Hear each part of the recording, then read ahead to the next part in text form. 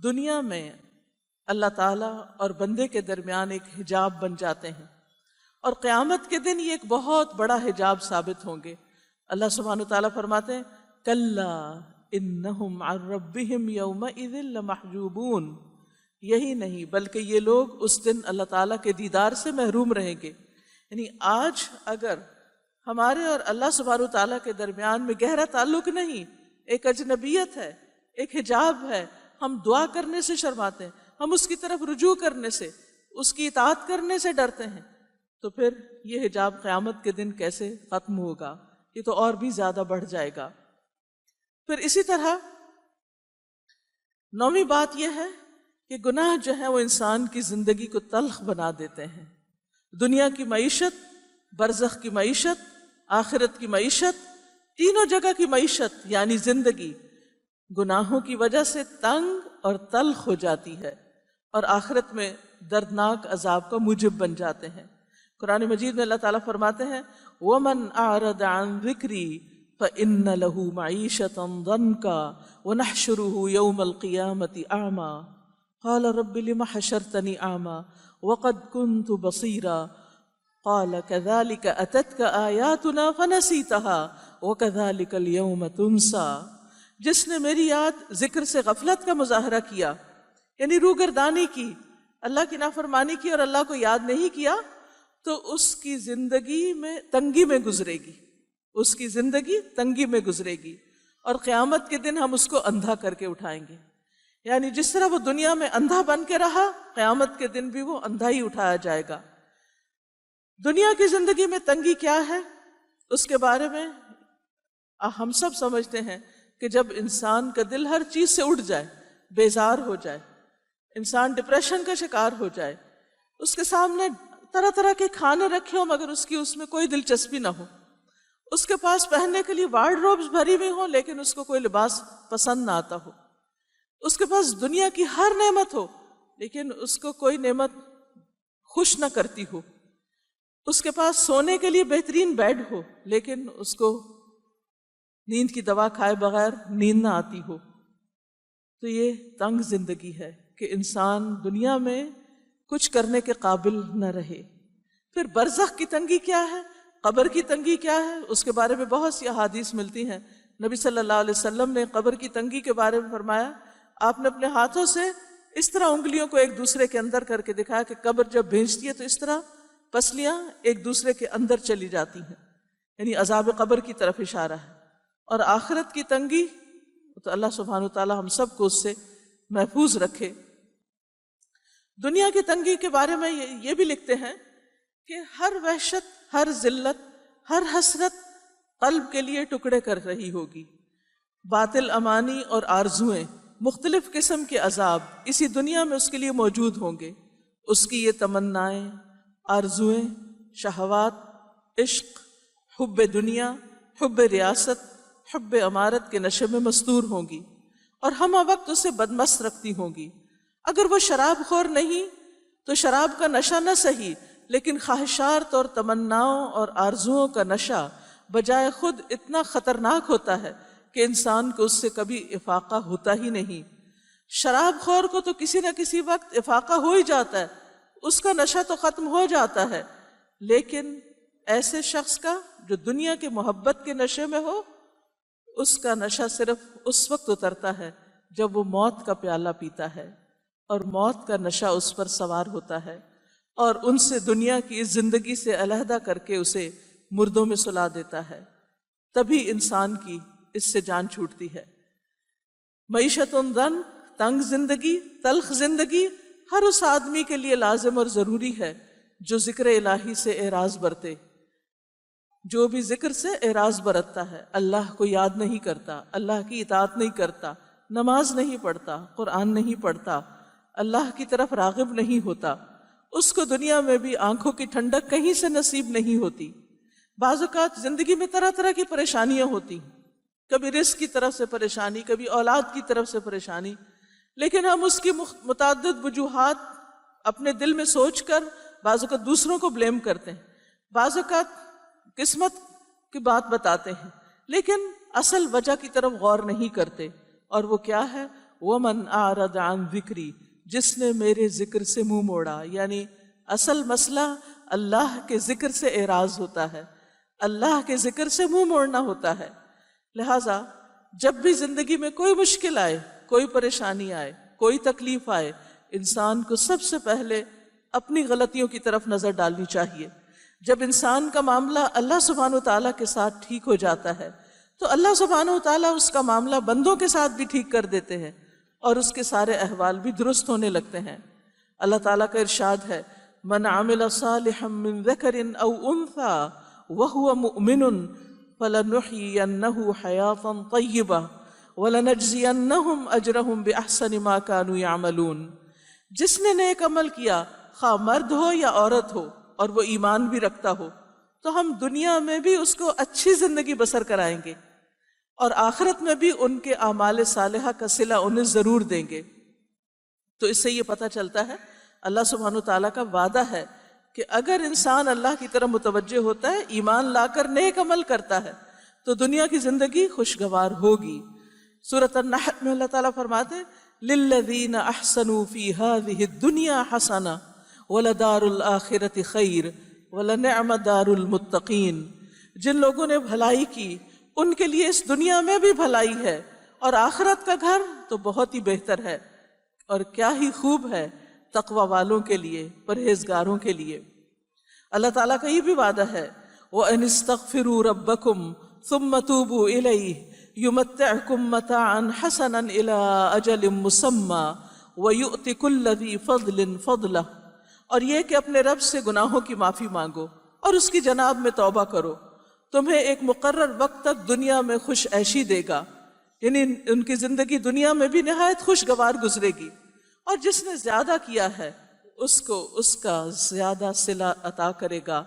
پس وہ لوگ جو متقی، پرہیزگار، نیک اعمال اور نیک کردار ہیں، وہ دنیا اور آخرت کی نعمتوں سے بہرہ اور فائز المرام ہیں. یعنی دنیا میں بھی ان کو نفس کی فرحت، سرور قلب، فرحت قلب، لذت قلب، ابتہاج قلب، طمانینت قلب، انشراح قلب، نور قلب، وسعت قلب، عافیت قلب ان کو عطا ہوگی. یعنی جو شخص اللہ سے اپنا معاملہ درست کر لے گا، گناہوں سے توبہ کر لے گا، اس کو یہ سارے خوشیاں اور یہ سارا اطمینان نصیب ہوگا. لیکن یہ کب ہوگا؟ جب وہ حرام کردہ شہوات سے، مکروہ خواہشات سے، باطل شبہات سے اجتناب اور احتراز کرے گا.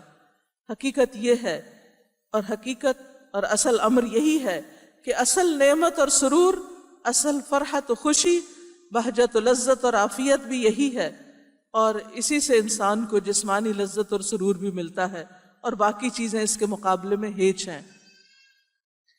بعض سلف نے یہ بھی کہا لو علم الملوک وابناء الملوک ما نحن فیہ لجادلونا علیہ بالسیوف.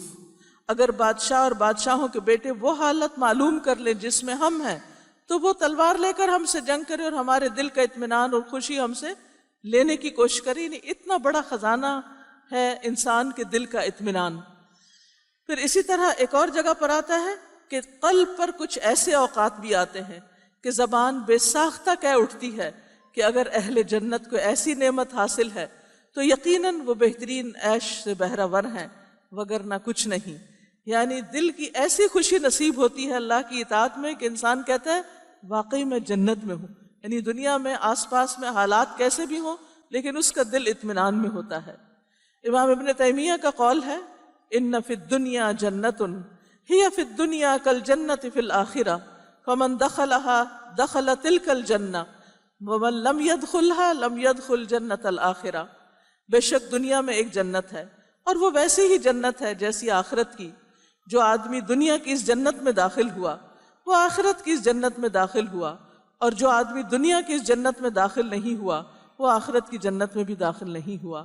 تو اس سے یہ پتہ چلتا ہے کہ ہم سب کو اپنے دلوں کی اصلاح، تزکیہ اور تطہیر کی کوشش کرنی چاہیے، تاکہ ہمارا دل ایمان، اطمینان، یقین، توکل، رجا، رغبت اور رہبت سے معمور ہو جائے، اور ہمارے دل کے اندر ایسا سرور ہو جائے کہ ہم جب اللہ سبحانہ وتعالیٰ کے بارے میں سوچیں تو ہمارے دل کے اندر ایک خاص قسم کی خوشی پیدا ہو. جیسے کسی بھی محبت کرنے والی چیز کے بارے میں جب انسان سوچتا ہے تو خود بخود اس کے اندر ایک خوشی کی لہر دوڑ جاتی ہے. پھر اسی طرح حضرت ابراہیم علیہ السلام نے ایک دعا مانگی تھی جس کے آخر میں وہ کہتے ہیں یوم لا ينفع مال ولا بنون الا من اتى اللہ بقلب سلیم. جس دن مال اور اولاد کچھ کام نہ آئے گی لیکن فائدہ والا وہی ہوگا جو اللہ کے سامنے بے عیب دل لے کر جائے گا. یعنی قیامت کے دن بھی جس چیز کی قدردانی ہوگی اور جس حالت کو دیکھا جائے گا وہ انسان کے دل کی حالت ہوگی. اور دل کا حال ہمارے اپنے سوا کوئی اور نہیں جانتا، یا ہمارا رب جانتا یا ہم جانتے. اس لیے اپنے دل کی بہتری کے لیے ہم خود ہی پیمانہ مقرر کر سکتے، ہم خود ہی جان سکتے ہیں اور ہم خود ہی دیکھ سکتے ہیں کہ ہم ایمان کے کس لیول پر ہیں، اطمینان کے کون سے درجے پر ہیں، ہمارے دل کی خوشی کا عالم کیا ہے. کوئی اور نہیں جان سکتا کہ اس وقت میرے دل میں کیا ہے، میں نہیں جانتی کہ آپ کے دل میں کیا ہے، لیکن ہم سب کو اپنا اپنا تو خوب پتا ہے کہ ہم کہاں کھڑے ہیں. لہٰذا ضروری ہے کہ ہم قلب سلیم کے لیے کوشش کریں جو ہر شرک سے، دھوکے سے، حسد سے، بغض سے، کینہ سے، حرص اور طمع سے، کبر اور غرور سے، حب دنیا سے، ان تمام چیزوں سے سالم اور محفوظ ہو.